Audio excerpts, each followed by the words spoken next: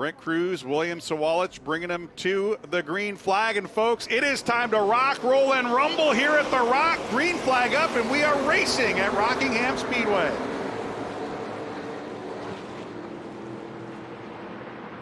On the break, Brent Cruz going to get the jump. Here comes Tyler Reif trying to make it a battle for second down the backstretch and into three. Sawalich going to hold them off.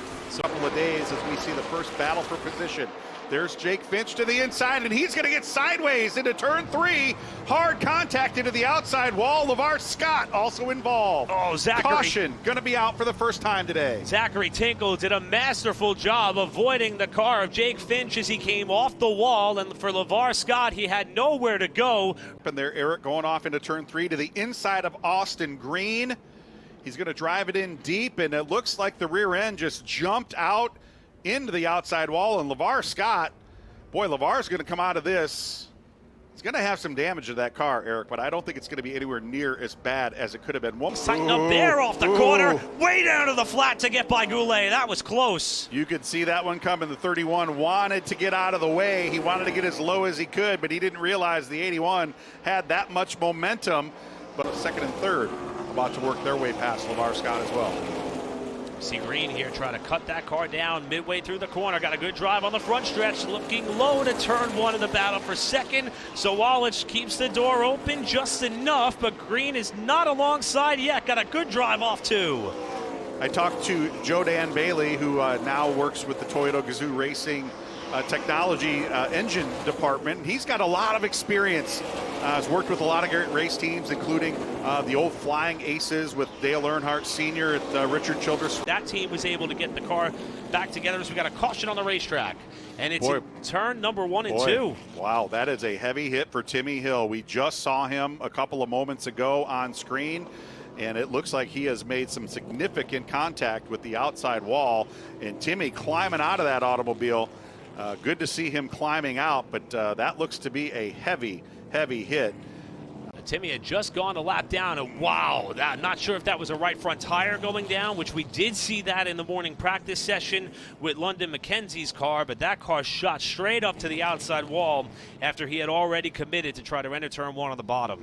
And he third, and it is Eloy Falcon up into fourth spot. Tyler Reif gets tagged. Up the track he goes, and into the wall for Tyler Reif in turn one. He and Laney Bice got together. Bice going to keep digging, but Tyler Reif bouncing off the outside wall, and there is damage to the right side of that car. Caution flag going to come out. I did not have that on my bingo card on that restart. Get these cars repaired. Let's take one more look at it right there. And yeah, Laney definitely just drifted up the racetrack a little bit and got into the left rear quarter panel. I think Laney may have been trying to avoid Andy Jankowiak, who having a very strong run, but I think Andy has been rolling out of the corners a little bit to get a little more momentum off the corners, and Laney didn't expect that. Sawalich with the launch. Can he take that 18 car to the front of the field down into turn one? Gives a little bit of room there as they approach turn one. This is what we've seen the last few restarts. These two started alongside, but Sawalich with a great drive off turn two. It's got the edge by a half a car length as they go to three. Ooh, Cruz driving that car in ultra deep into 3 and 4, but look at Sawalich running the outside lane. He is going to lead across the stripe to complete lap 66. First time we've seen anybody other than Brent Cruz lead a lap here at Rockingham. As Austin Green is off the pace on the front straightaway. The Pinnacle Racing Group number 28 car that was running in third has just rolled by slowly. This is about to be a battle for fourth as Austin Green is coming to the pit lane. Boy, we did not see that coming as well. Austin Green now on to pit road, and there he is. He's going to go a lap down to our leader, Brent Cruz, blasting past him down the backstretch. So a great run gone awry all of a sudden for Austin Green and the Pinnacle Racing Group. Charlie, I think the only two things of potential concern is we got a caution on the racetrack. Ooh. Trouble in turn 4. We got a car that has gone around and may have caught Spencer Gallagher on the way by. That is the number 9 of Donahue who has spun. Been able to get away with one here. There's Donahue already sideways entering our picture in 3 and 4. Look at the pack coming down on him right there. Boy, Spencer, you know Spencer was saying, hold the brakes, hold the brakes, hold the brakes, hold the brakes.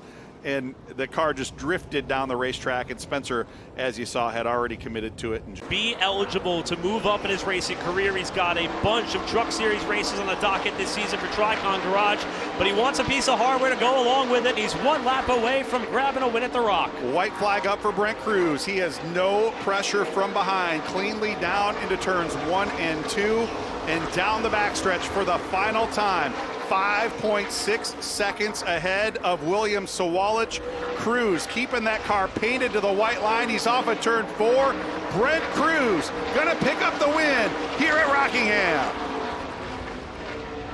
I think the floodgates have officially opened as he's going to get a congratulatory acknowledgement from his teammate in this race, William Sawalich, as it is a Joe Gibbs Racing 1-2, final margin of victory in excess of 6 seconds.